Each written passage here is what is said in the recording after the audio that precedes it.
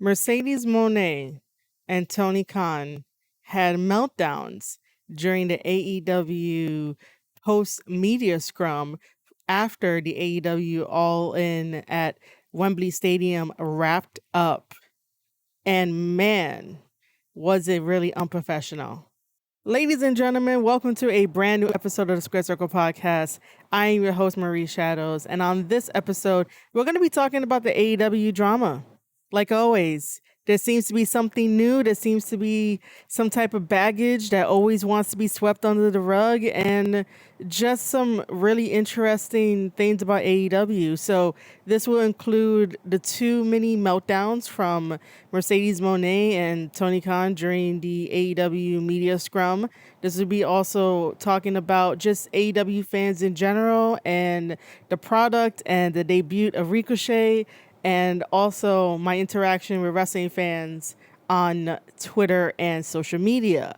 Before that, I would like to let you guys know that this upcoming Thursday, basically tomorrow, August 29th, it is Major League Wrestling returns to the Melrose Ballroom in Queens, New York City. And I will be there to cover it and to do media press for MLW. So look out for all the behind the scenes awesome stuff on marieshadows.substack.com, over on my fourth wall, over on my new subreddit community that you guys can join.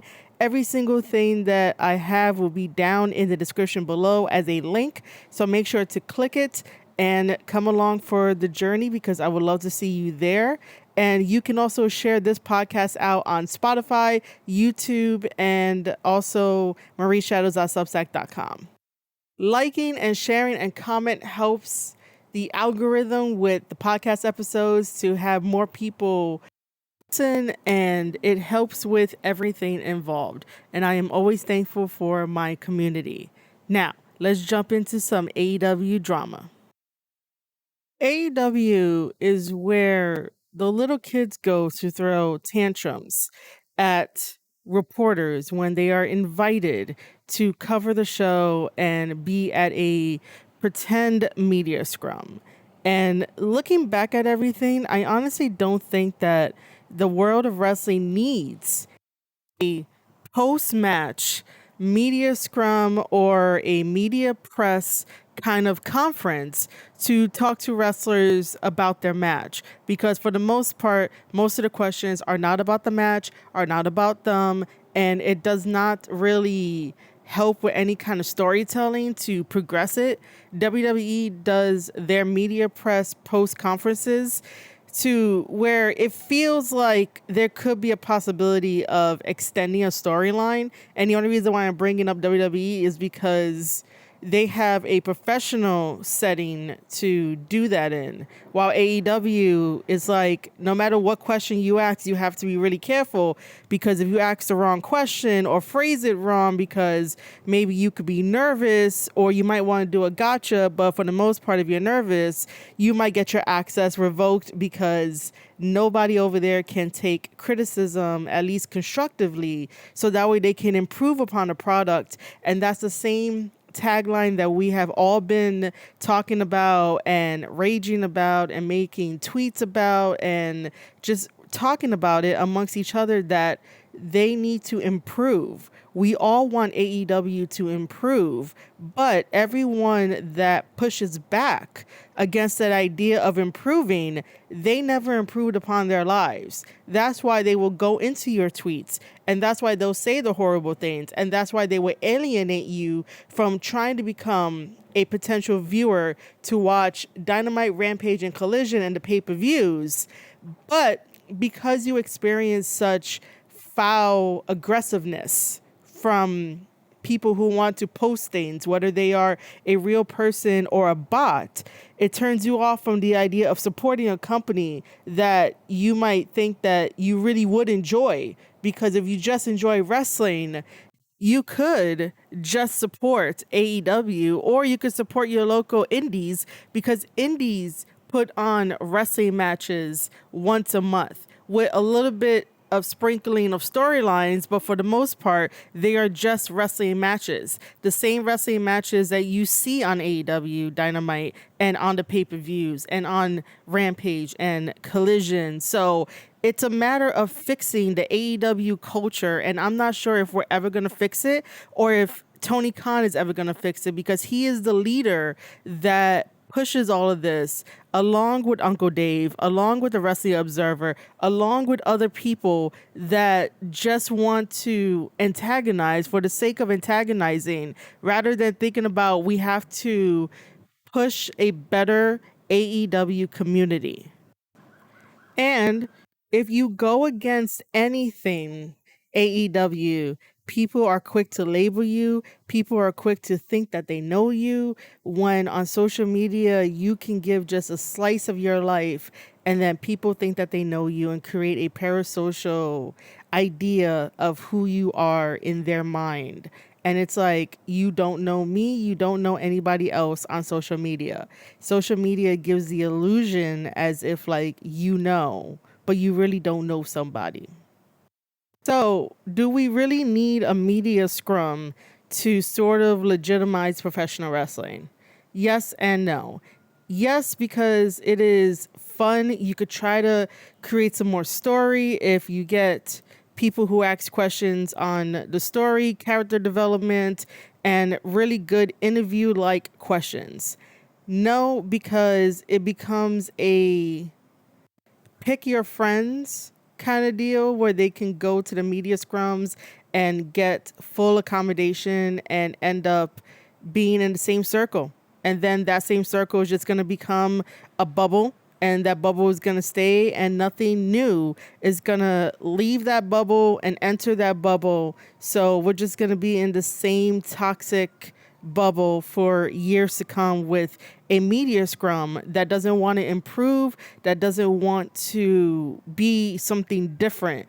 Because honestly, it is kind of cool to have a media scrum or a media press post show to ask questions to some of the wrestlers to further storylines, but no one is really utilizing it correctly. AEW and WWE, they are not utilizing it correctly. The only time I have super fun at a media press is during MLW. That's because we get to have access to the wrestlers before the show and ask them questions about their matches, questions about MLW, their history, and the group of people that come to the MLW show as media press along with me. We all ask really wonderful questions. For some reason at AEW media presses, it's about kissing their ass and buttering up people and then ask their question, when it's like, just ask your question. It was a great show. That's awesome. But ask your question to the wrestler to not only move things along, but to not show that, you know, you want to keep your access so bad because you want to kiss up to people. We get it. Everybody there is a fan, but you have to turn on your professionalism to be like, hey, awesome, I got to see you live. Now, here's my question about blah, blah, blah, blah. You know, keep it professional. Speaking about keeping it professional, Mercedes Mone did not keep it professional, and I have no idea why. Now, this is a very polarizing topic. Really, not really. You know, it's half and half. But essentially, a reporter at the AEW media scrum was sort of fumbling over his words, and you could tell he was a little bit nervous, and he was trying to set the scene and was asking her about essentially the main question was, do you have any kind of advice for anybody out there that's going through maybe a similar situation or something different? And this is in regards to Mercedes Mone being recently divorced. Now, everybody on Twitter got on this guy, even the ones that get access to AEW. Everyone got on this guy for no good reason. Okay, he set up the question so that way she can understand the premise. And then before he can ask the question, she cuts him off and becomes very, very disrespectful to him, the guy who's asking the question that he just wants a regular general response of what kind of advice would you give to people who may be struggling with something similar or not similar, right? Mercedes Mone wants to be a role model, right? She wants to try to be a role model. Oh, look at me. Look at everything that I've done. Look at all my accomplishments. I'm the first this. I'm the first that. I'm part of the 4 Horsewomen. She main evented WrestleMania and all that. She wants to be a role model, right? So if you want to be a role model, questions like that are going to come up, especially when 3.5 weeks ago, she is on the record for putting her business out there, which is fair game by journalists. If you put your business out there on the internet, it is fair game to constructively criticize with respect and bullet points and facts and opinions. It is also fair game to ask questions about the information you put out there. So 3.5 weeks ago, she put out there that she's getting a divorce from her ex-husband. Have we heard a word from her ex-husband? No, we have not. So her ex-husband has not even initiated any of this stuff, and we would have never known that they were separated. But Mercedes had to go and tell the world that they've been separated for a while. They finally signed the divorce papers, and now she no longer has to carry the burden, and she has freedom, and her crocodile tears of like, it was so hard and she felt like she was imprisoned. Like, no, he supported every single thing that you did. He wished you luck on every single thing that you did, and you went to go do it. Now, I obviously don't know that for sure, but you can definitely tell that because she was living her best life after walking out on WWE and going to red carpet appearances and going to Japan and wrestling in New Japan Pro Wrestling and wrestling in Stardom, he did not stop her because he was like, go do what you want. Go live your life. And what kind of burden, what kind of restrictions did she truly really have?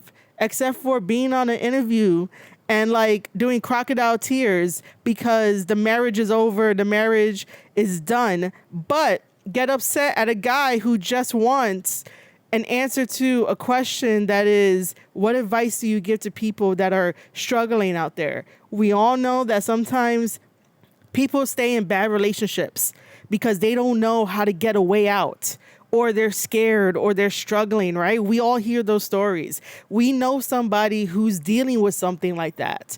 And if you want to be a role model for getting out of a situation that you felt or pretends to feel that she was trapped, then why not just let him finish rather than disrespectfully interrupting him and being like, I'm not going to date you. And then he comes back with the, I've been married for 9 years. Something's working if he's been married for 9 years. He wasn't going to ask you to date him. Like, why is that the first defense for a woman to say to a man, I'm not going to date you, when they're just asking a question or you didn't even know? You're jumping the gun. Let him finish the question.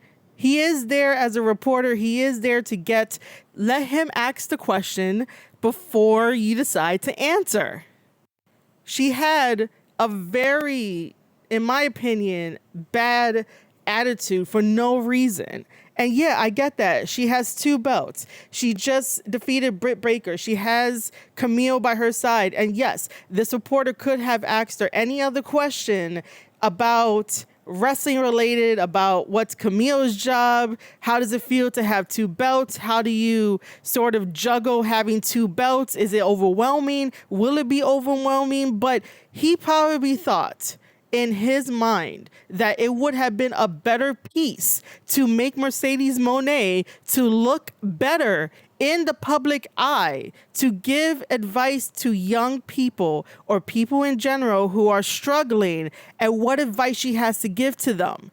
Like, this is where PR needs to come in and have all the wrestlers sit down and sometimes drill it into their head that you have to think about the bigger picture if someone's going to ask you a question. Hear them out first.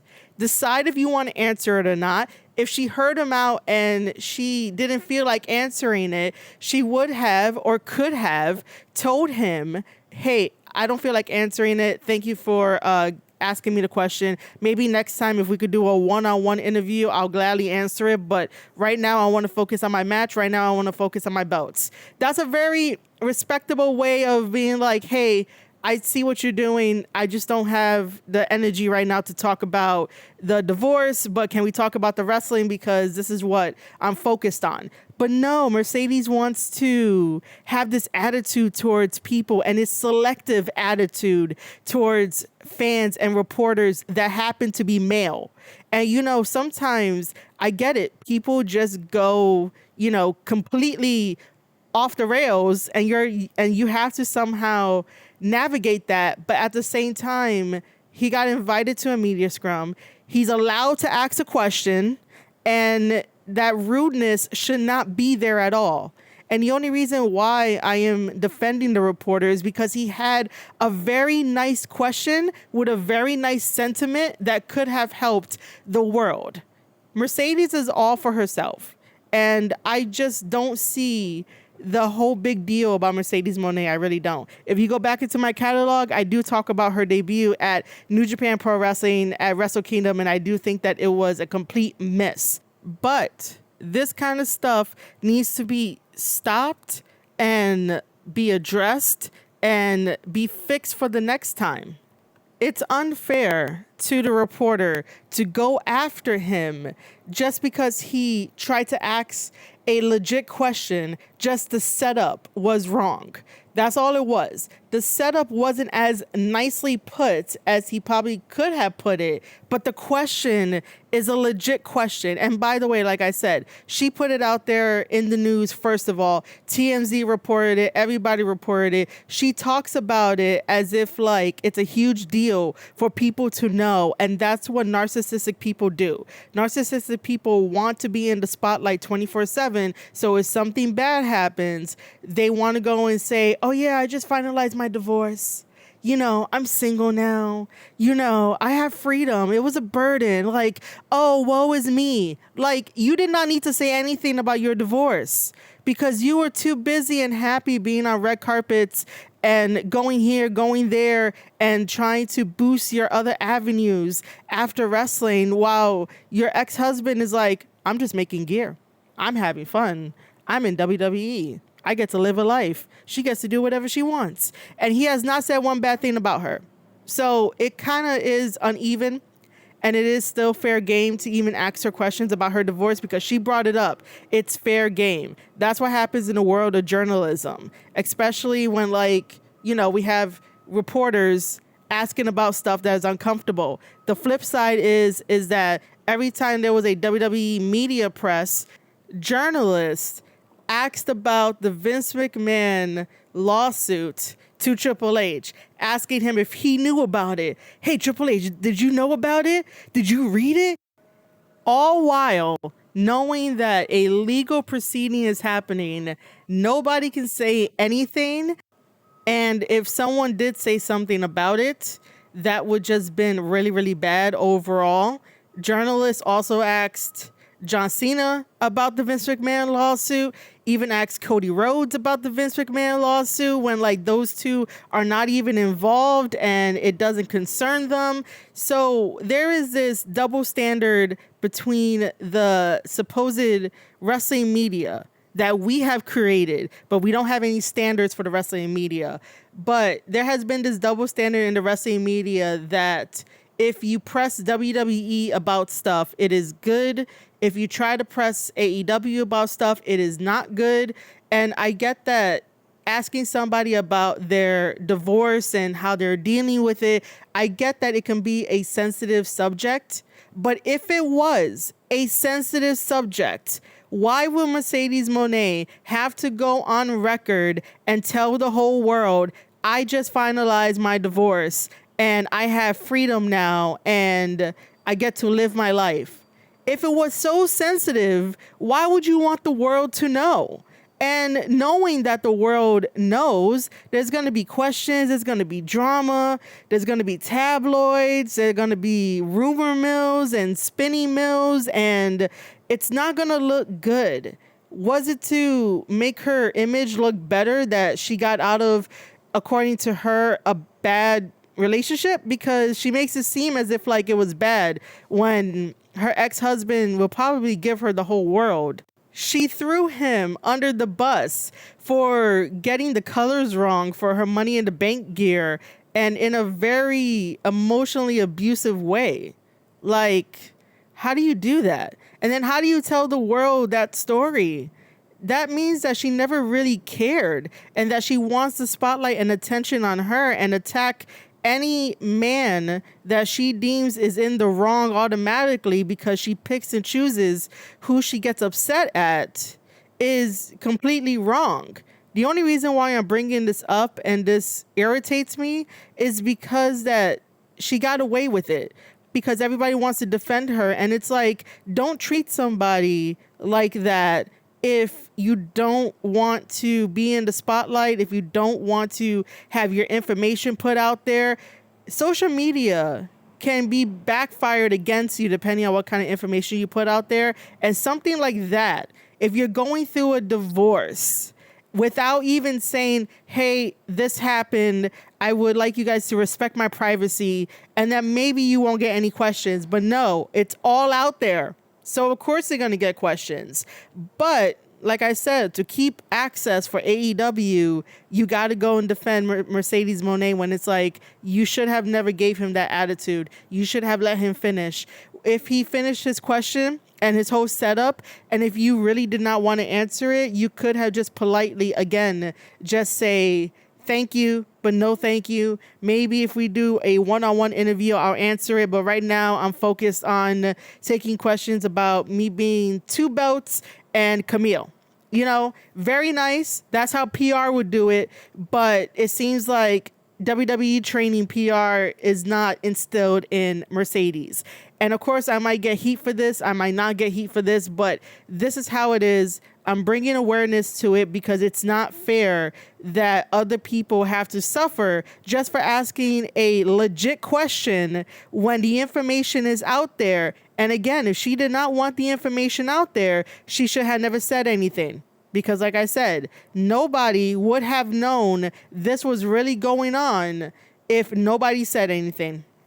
And really, it is none of our business to know if she got a divorce or didn't get a divorce or who she's dating. But because she wants the spotlight and because she wants the headlines to read Mercedes Mone everywhere, she does that. She puts it out there for the world to consume. And then if somebody gives her a question about that to get more clarification or to maybe turn that story into something heroic to give other people strength and grace and try to deal with their own issues, because it could have been a wonderful piece that this reporter was going to write about if she would have gave him the answer rather than being a little snippy with him and being like, oh, you going to tell your wife something? You got to tell her something? Like, who does that? Who decides to embarrass the media when that doesn't build anything in good faith? There is a time and a place for everything.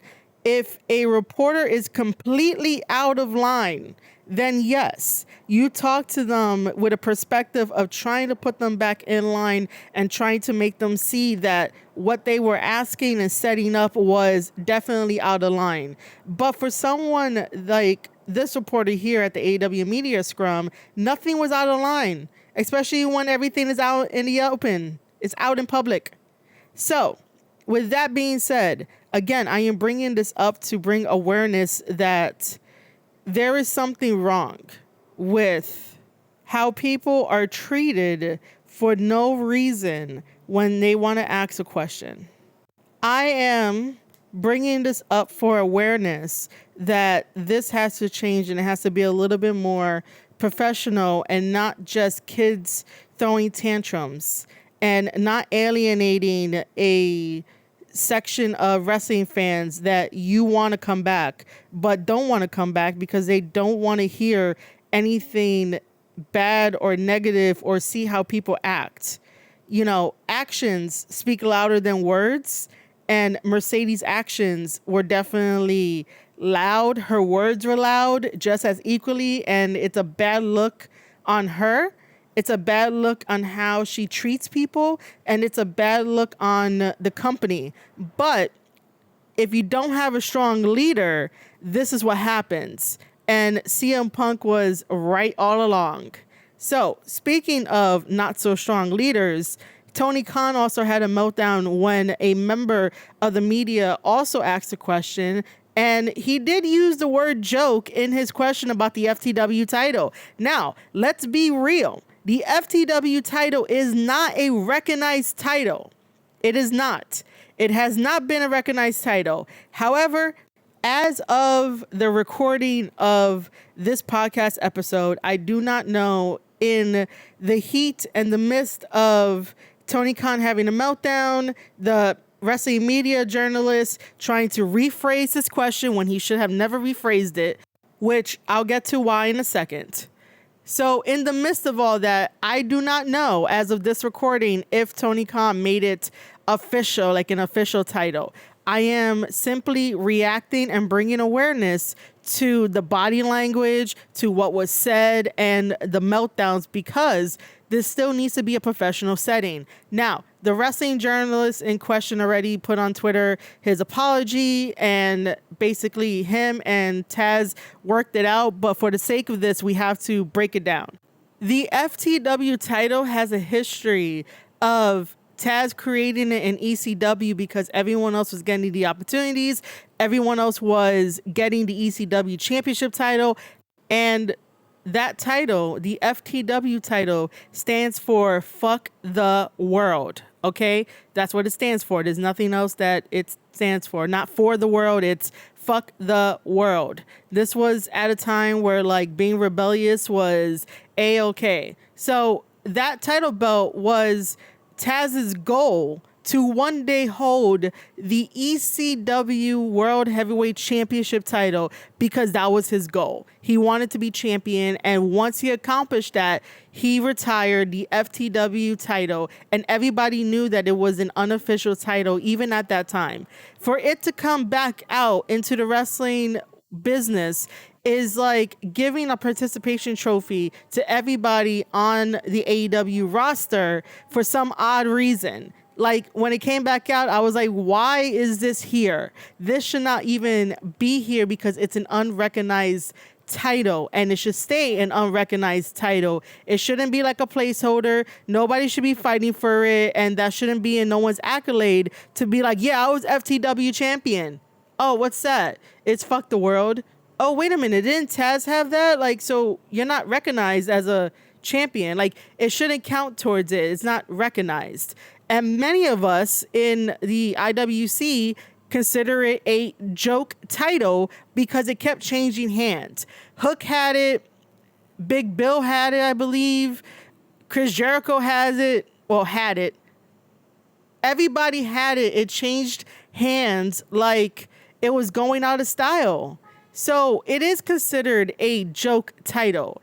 Now, I would have not really changed my stance on it. I would have probably threw in the phrase of many of us in the IWC, Tony Khan, consider it a fake title, a joke of a title, because titles really should not be changing hands as much as they do in AEW, and championship titles should not be changing designs every single time. And every single championship title that AEW has now feels like a prop and feels like a participation trophy just to give it to somebody because let's do it.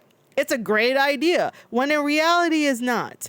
Not everyone needs a championship title to tell their story. Not everyone needs a championship title to fight over. There are so many ways to tell stories in the world of professional wrestling, but it seems like AEW wants to have everyone have a title. And even if you go and wrestle at a different company, you got to take their title too, because AEW doesn't know how to share. AEW doesn't know how to lose, and AEW just want titles for the sake of titles.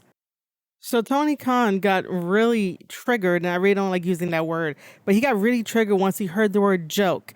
Again, stop interrupting journalists asking a question and or framing the question before asking the question, and listen. Listening is your friend. and he gets very triggered and he starts talking about the AEW history of the FTW title. Sir, aren't you a fan of 90s wrestling? So you would know about Taz, you would know about the journey of the FTW title, and you would know about ECW, but you want to tell this journalist that it is not a joke title because this wrestler held it, this wrestler held it, this wrestler is pretty good. Like, you know, I really think he's good. So he held it too, and you have to know this AEW history of the FTW title, and it's like, that has nothing to do with that. That's all irrelevant. The FTW title history in AEW is all irrelevant. And this guy should have just stood on the ground because somebody needs to tell Tony Khan that some of these titles are not worth it. Some of the stories are not worth it. And the whole bouncing back and forth of titles and not get titles and the whole eliminator title matches, those chances don't really help AEW anymore because those gimmicks have run its course. We don't need the FTW title. What we need is stories. Whether it includes a title or it doesn't include a title, some stories can be internal with the wrestlers and external with the wrestlers.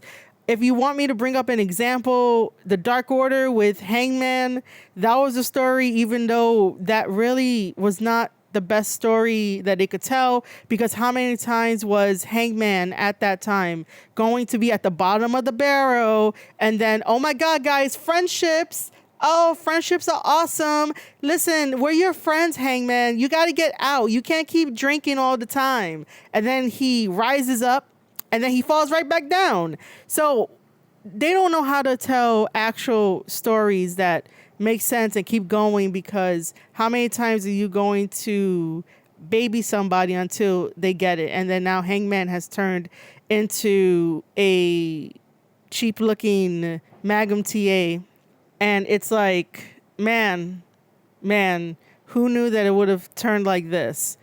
And AEW just needs to have a very long sit-down conversation and try to revamp the image of AEW, but that is not going to be the case at all. What I really don't like is that it's drama after drama after drama after drama, and it just gets swept under the rug. It doesn't get brought to any of their attention, and if it does get brought to their attention, they automatically call you names, they automatically become unprofessional with you, they automatically put you at arm's length. And it's like, that's not how you do business. Speaking of business, we still don't know the number for AEW All In at Wembley, and saying that it is over 50K in fans. That is not a number, ladies and gentlemen.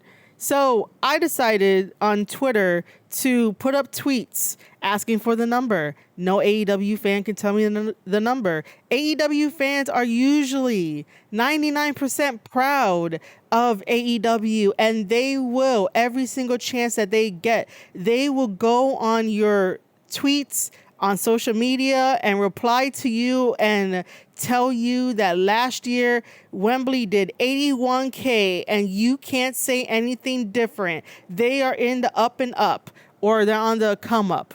And AEW fans will remind you of small little irrelevant victories because they are proud of AEW.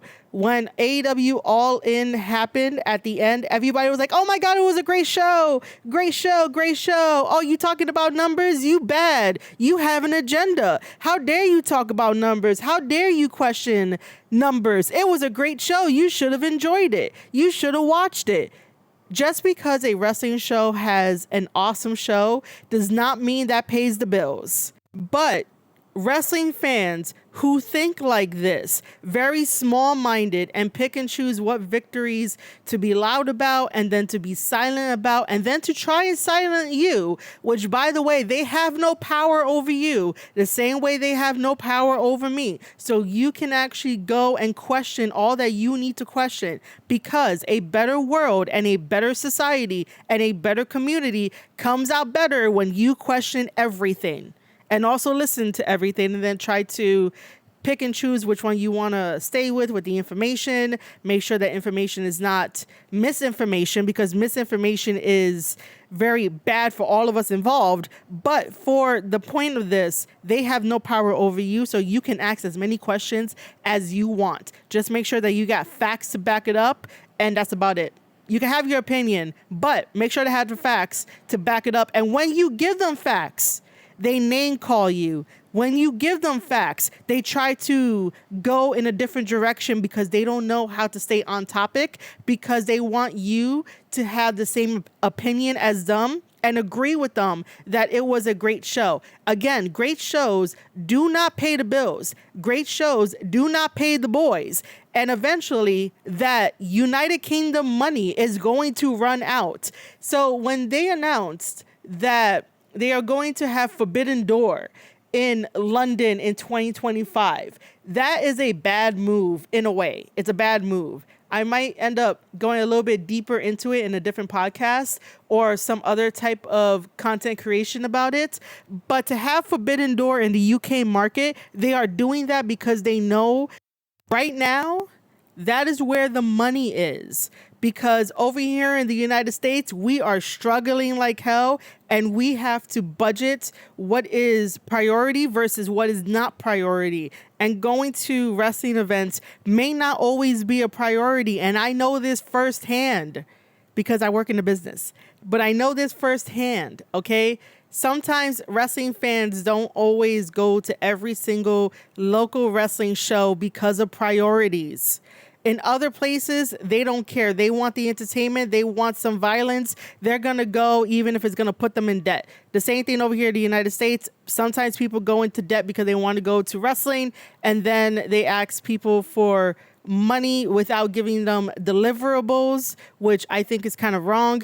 If I ever ask you guys to sponsor a vlog, which you could do for MLW for tomorrow, the link will be down in the description below. If you guys want to, I give deliverables. I give the interviews, I give the write-ups, the pictures, and I package it all into a vlog, and then there'll be a post podcast about it, and then you can find other content on the other social media communities that I have. I think that it is a better service for an actual content creator to give you guys deliverables if you guys decide to chip in and get a shout out and get all the deliverables for the vlog of when I do media press, when I go out there into the world, rather than just being like, here's my sob story. I'm not sure if I could make it to a wrestling event. I would like your help, and never giving you anything, because that's just wrong. If you're in the content creation game, you should be in it to deliver deliverables and fun stuff to your community, because essentially your community makes you and you take your community along. But for most people in the IWC, they just want to use you. Me, I want us all to enjoy wrestling, think about it critically, ask questions, and call out stuff like this. So back to the whole UK market.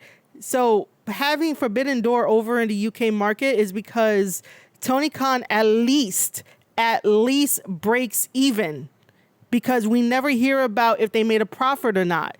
They break even because Tony is paying for the venues. He's giving them the money. I don't really think they're asking for AEW over there. It's not like WWE and how every single place on the planet is asking for WWE, and they will give WWE the money, and then they will see the profits increase depending on where WWE goes. It is honestly not sustainable to keep having AEW pay-per-views over in the UK and then use that number from the UK of how many tickets were sold and try to pass it off as like, oh my God, see how AEW is doing so well? Like, they're doing great. You're just a hater. You cannot use the UK numbers as a way to create a shield or deflection. And while, yeah, they are great numbers, but AEW is an American company over here in America. So the American numbers, from viewerships to how many tickets are sold, to the venues being sold out, to the crowd looking good, to production, everything that you need to run a business, because it is a business, AEW might not be a publicly traded business where everything is out in the open, meaning their information, but it is still an American business. The American numbers are way more important and valuable than anything overseas. Overseas, it works if you want to try and leverage that to get the other territories overseas. So that way the other governments can understand, even if they're not so far into wrestling, because we've seen this. Other countries just don't understand wrestling the way that Americans understand wrestling. So other countries can see the numbers if you want to leverage them to be like, hey, I want to bring a different kind of entertainment here. Let me bring a different kind of entertainment. That's the only time to really use international numbers to get that leverage, to get that venue, to get that country, to get that territory. But if we're going to talk about numbers and how to survive, you have to use the American numbers that are given here. Even if the numbers are off, even if the numbers are not completely accurate, something is better than nothing, right? But for some reason, after this all-in pay-per-view, even Tony Khan himself put out that tweet saying that we did over 50K. Well, sir, what's the number? Usually you're the biggest person, supporter, and proud of AEW. You tell the whole world, we had a great show. We've always had a great show. We had great people. We did this many numbers. Last year, you guys told us the numbers. Any other pay-per-view, the numbers are there. But for this one, you don't want to because you don't want the criticism. You don't want the ideas on how to improve your product. It's not going to last. Even though we keep saying this, that it's not going to last, it's going to go down, and by no means do I want the ship to go down. I do not want that. I just want everything to improve, but because of all the bad faith stuff that Tony Khan did, all the jabs he did to WWE, WWE did some jabs too to AEW, but that's like a few on one hand, and those are just one-offs. But for the most part, Tony Khan keeps attacking the bear. Tony Khan doesn't know how to do partnerships correctly. Tony Khan wants everyone to say you are awesome, when in reality, it's like, that's not how the world works. Not everyone is going to be pleased with something. And I understand you cannot please every single person that watches professional wrestling. I get that. But for the most part, the people who are the most knowledgeable ones can help improve AEW, and that's all we want. But for the fact of not wanting any type of constructive criticism is going to have the business not be as flourishing as it should be. Another thing I want to talk about is that Ospreay cheered for seeing Uncle Dave at the media press. Uncle Dave was the person to falsely report Alpha's death before Alpha officially passed away. And you're going to praise him and be like, oh my God, Metzler is here. And then just get super excited about AEW one day doing a tour in the UK and saying how the UK has the best fans. And I think that there's a disconnect between everything that goes on, and there is not enough money to go on this tour in the UK. And while he is getting paid good, the other boys, you don't know their situation, and they're not going to put their situation out there. But if we really think about it, Tony Khan is going to have to like really break even to continue to do a tour out there with traveling and buying stuff. And that money is going to eat away at everything that Tony Khan has, even though most of the money is from his billionaire dad. But the idea of having an AEW tour out there without properly planning for it, and someone being a little giddy of a kid, being like, we could do this, we could do that, we could do this, we could do that. No, that's how the business is going to fall even further down the red marking, like the red zone, meaning that like not money is coming in to offset the spending. That's a lot of spending you want to do. I honestly do not want to bring down Ospreay's happiness, but sometimes Ospreay has to live in reality, man. He just has to. I just don't understand this guy anymore, and it's like looking and feeling like he reverted back to being a 20-year-old kid where you can't tell them anything and they don't want to improve, and it's happiness and being blinded to reality the whole entire time, rather than actually showing that he grew up just a good bit. There's a difference between how he acted in New Japan Pro Wrestling, where everyone did see him grow up and everyone probably thought that he matured, and then coming out here, it just reverts back into I'm this kid with this kid mentality and let's go do this all over the world, without thinking that, hey, maybe Boss Man don't have enough money to do a tour in the UK and to keep up everything, because you have to have money to put on these shows, to promote, and also pay his contract and pay the Young Bucks contract and pay that contract. And I say it every single time that money does not grow on trees. Eventually, Tony Khan's money and the money from his dad is going to run out if they don't make any smart investments. And then we could also have that conversation about, well, when is this TV deal rights negotiation going to take off? Because there has been no word about it, but people want to regurgitate the same talking points and the same kind of stories that these dirt sheets always put out. And there's no new information because Tony Khan does not have any new information, because right now Warner Brothers Discovery is operating at a $9 billion net loss because of everything that they did. So they lost a lot of money. And if you try to bring up, hey, don't forget about AEW on your programming, that's not a priority right now. AEW is not a priority. Wrestling is not a priority. They're going to keep it on their network. They're not going to kick them out. I don't think so. But even if they did, Tony Khan should start shopping around for other people that might be interested in AEW. The only problem is that, does AEW have the leverage to shop around and get a different deal on a different network? So Tony Khan has been so stressed about trying to get negotiations for the TV deal, flying people over to the UK, putting on a UK show, and even ever so cowardly not giving us the actual number for AEW All In. And then I find out that I can't ask any questions because I have an agenda, which I do not have an agenda.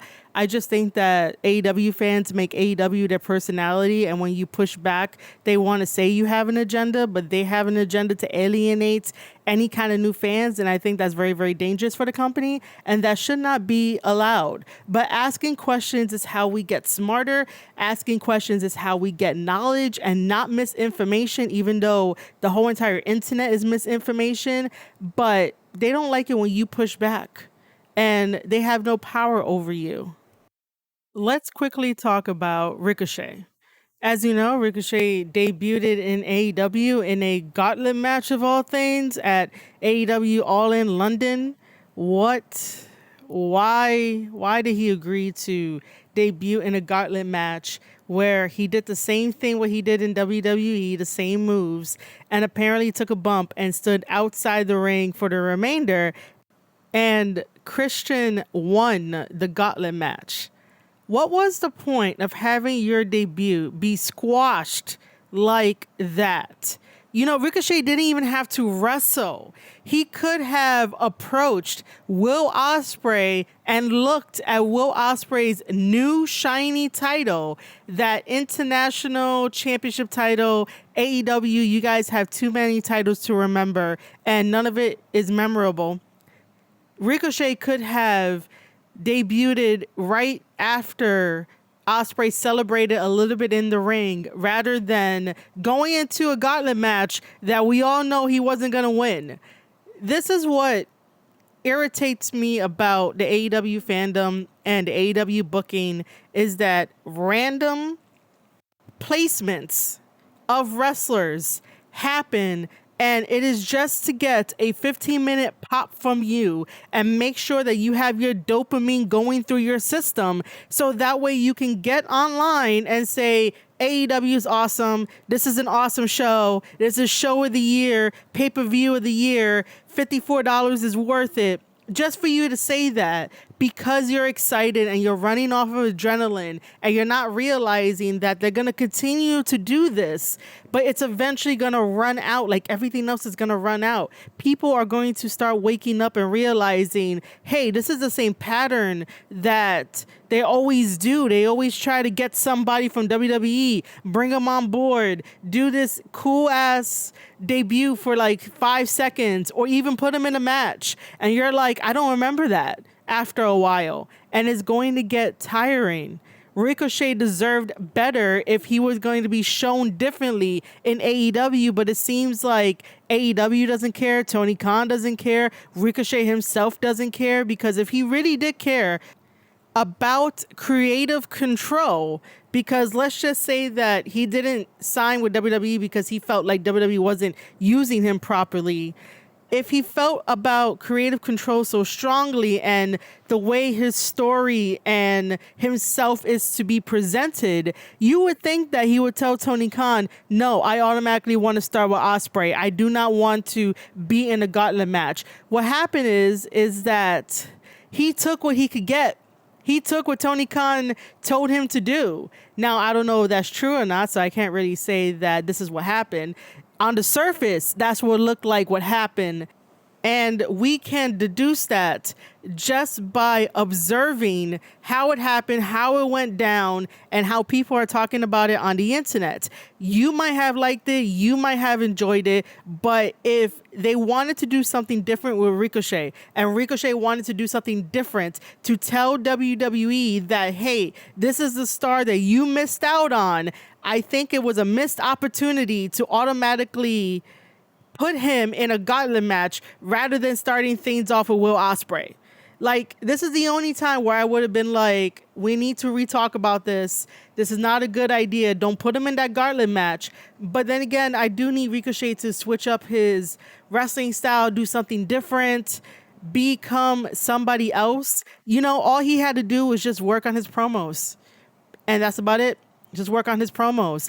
I honestly thought that the way that Braun Breaker took out Ricochet, that it felt so personal, the way that Braun Breaker took out Ricochet, that I thought that he was going to re-sign and get back at Braun and then also enter into the Royal Rumble and possibly winning the Royal Rumble. But he decided to be like, oh, they have nothing. I'm not going to try to negotiate. I'm not going to try to do this. I want to go over to AEW. Now, we can have the debate of Ricochet probably fits better in AEW, but if he's just going to do the same thing over and over and over again with the flips, with the spots, that's cool. Everybody in AEW does it. No one truly has an identity anymore in AEW to separate them from each other because it's the same moves, it's the same spots, it's the same rhythms, it's the same beats in the match itself. How many people are going to do super kicks? How many people are going to do Canadian destroyers and kick out at one? How many people are going to fly all over the ring? How many people are going to do drop kicks and flips and kicks and make it look like an acrobatic gymnastic match with absolutely no selling?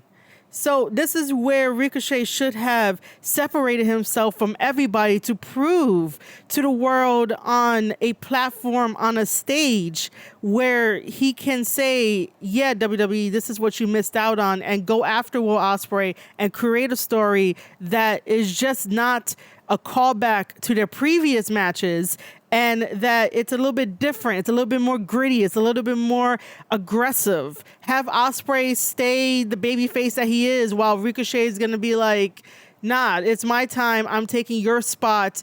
And let Ricochet play the heel and let Ricochet have promos where it's actually him. Because for some reason, when somebody from WWE goes straight to AEW, they get all angry and they attack fans. Did you guys not see what he was doing on Twitter, automatically replying to all the supposed trolls and not trolls and accounts that have not really high followers, which, by the way, sometimes we can use it as a measurement to say that someone is irrelevant, but for the most part, you don't know that person. And for the most part, they could be a bot if we're little numbers, because things can check out. But at the same time, don't make yourself look like a fool and start alienate people when you're like 3 days in on the job. Like, there was a legit female fan who said that she enjoyed watching Ricochet in WWE, but because she does not watch AEW, she's not going to go watch him there, and she'll just catch the highlights. Now, that is an opportunity to turn this fan that enjoyed your work at WWE into an AEW fan for her to follow you, but Ricochet here is questioning her. And it was really off-putting to be like, he doesn't understand that why she would not watch him in AEW, but she'll watch his matches in WWE. That sort of thing, like, oh, you supported me there, but you don't want to support me here. And it's like, buddy, you should have approached it differently and really asked her the question of like, what don't you like about AEW? Or try to convince her that like, hey, I would love your support as a fan. I would love for you to tune in to watch AEW if the highlights get you excited for watching what I do in the ring. Like, you talk to this person who is a fan of yours in a way where you can get them over to your side. And that's an extra viewer for AEW. But no, you just went and alienate her. You alienated everyone else by going after trolls for no reason. I understand that the comments are not great. We all deal with hate comments. I deal with hate comments too. But at the end of the day, you got to sift through and see who's an actual fan, who knows what they're talking about, who has common sense. And you also have to see if they may or may not be a real person or just a bot. You can tell after you do this for a long time who's a bot, who doesn't really care, who wants to say stuff for clout, who wants engagement, who wants access, who wants to be genuine, who doesn't want to be genuine. After a while, you realize what's up and you realize what's what. But sometimes when it comes to social media, most wrestlers don't have that training and don't understand. So when they finally log in after like 2 weeks of not being on Twitter, they see their feed and they automatically are like, Twitter is toxic. Like, oh my God, you know who hates wrestling more than anybody else? Wrestling fans, because you guys are toxic. It's because you haven't trained your algorithm in the past 2 weeks that you are now seeing a flood of stuff you may not agree with. So you have to keep the algorithm going. You have to tailor the algorithm to what you want to see, what you want to interact with. And if you don't do that, it messes up. This is why sometimes the algorithm and like social media has a hold on all of us, even though we can say a million times that social media is not real. But we can see through the power of social media how it can change lives, whether they are lying about something or telling the truth. Social media has the power to bring people together in unity for a while, but then you have people that fuck that up too. But social media is powerful to connect people and ideas, even though it might be in an echo chamber or not an echo chamber, in a bubble, or just any other possibility. And social media is a double-edged sword.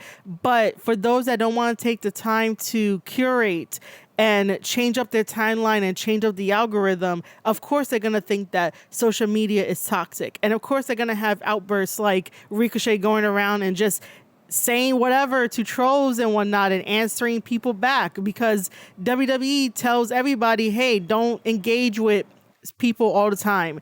Don't go back and forth with people all the time, because it can get hectic. It can ruin your mental health. And I think that was a lot of pent up anger for Ricochet just to go after people, because WWE was like, don't do it. And he did not do it for a long time. And so he has to find a way to release that. But at the same time, AEW is struggling with viewership. They have yet to hit another 1 million viewers and keep it consistent on a weekly basis every single Wednesday. It went from 900, 800, 700, 600.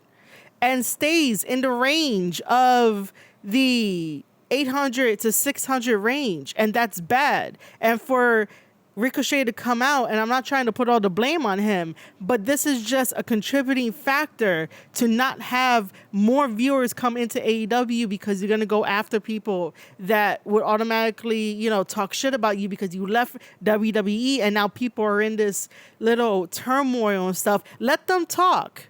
Let them talk.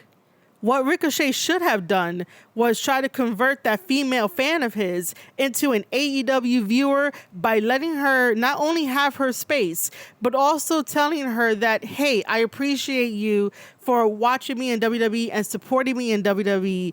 I decided to be in AEW, and if you enjoy the highlights of what you see during my matches, awesome, that's great. I would still love you to watch a full episode of AEW Dynamite debuting at 8 p.m. on your local TNT channel. I forgot the channel that they're on. It's TNT, right? But regardless, that is something a PR person will teach you, to tell a fan that, so you give the fan their much needed space to come to terms with, I may not see my favorite wrestler on my favorite programming, and maybe I'll tune in to AEW, even though I don't like AEW, but I'll do it in support of Ricochet. You give them the space and the option to do that, rather than throwing away the opportunity, because you never want to throw away a customer and not have any money come in. Again, money is crucial to running a wrestling business. Because on Twitter I was asking about the attendance, I can tell that all the AEW fans that came after me and thought I had an agenda, because I'm not going to turn into a negative thing if we knew the number. If we knew the number, I could just nod and go on my very way. But because there was no number, and I think that it was a cowardly act to not tell a number, I'm going to ask those questions, which I'm allowed to ask those questions. Where I'm going with this is that the responses let me know that AEW fans don't know what it takes to run a business.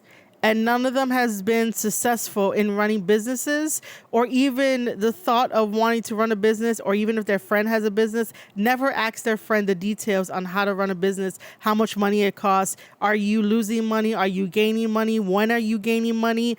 And the fact that AEW fans want to be closed-minded and just want to tell everybody else, hey, just enjoy the show. Hey, the show was awesome. Hey, you don't know what you're talking about because the show was awesome.